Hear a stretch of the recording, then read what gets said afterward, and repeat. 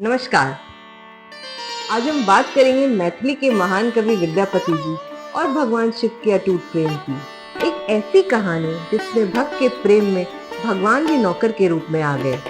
विद्यापति जी भगवान शिव के बहुत बड़े भक्त थे और उनकी भक्ति में डूबकर उन्होंने अनेकों मैथिली गीतों की रचनाएं की। कहते हैं ना, भक्ति में शक्ति हो तो कुछ भी संभव है।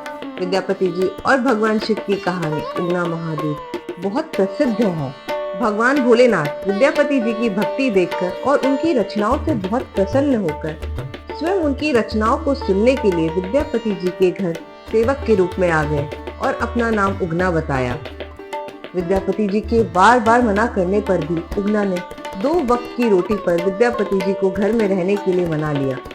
अब भगवान भोलेनाथ दिन भर उनका काम करते और काम खत्म करने के बाद विद्यापति जी की रचनाओं को सुनते। एक बार विद्यापति जी राज दरबार जा रहे थे और उनको प्यास लगी। उन्होंने उगना को जल लाने को कहा। उगना को जंगल में कहीं जल नहीं मिला तो उन्होंने भगवान शिव का स्वरूप लेकर अपनी जटा खोली और 1 लोटा जल भरकर विद्यापति जी के पास आए। जल पीते ही विद्यापति जी को आभास हुआ यह तो गंगा जल है और उन्होंने उगना से पूछा, यह जल तुम कहाँ से लेकर आए हो? उगना ने कहा, यही पास की एक नदी से लेकर आया हूँ। पर विद्यापति जी को विश्वास नहीं हुआ। वह समझ गए कि उगना कोई और नहीं भगवान शिव का ही रूप है और उनके चरणों को पकड़ लिया तो भगवान को अपने वास्तविक रूप में आना पड़ा।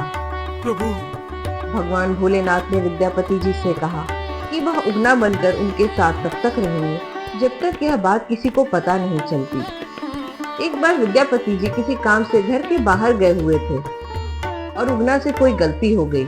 विद्यापति जी की पत्नी गुस्से में आकर एक जलती हुई लकड़ी लेकर उगना के पीछे दौड़ी। बार मैंने मना किया था, फिर भी तुमने मेरे आदेश की अवहेलना की। ठीक उसी वक्त विद्यापति जी घर पहुंच गए और उनके मुख से निकल गया कि यह तुम क्या कर रही हो? यह तो साक्षात भगवान शिव हैं। उगना का भेद उजागर होते ही भगवान अंतर्ध्यान हो गए। इसके बाद विद्यापति जी खाना पीना छोड़कर जंगल में उगना उगना की रट लगाते हुए भटकने लगे।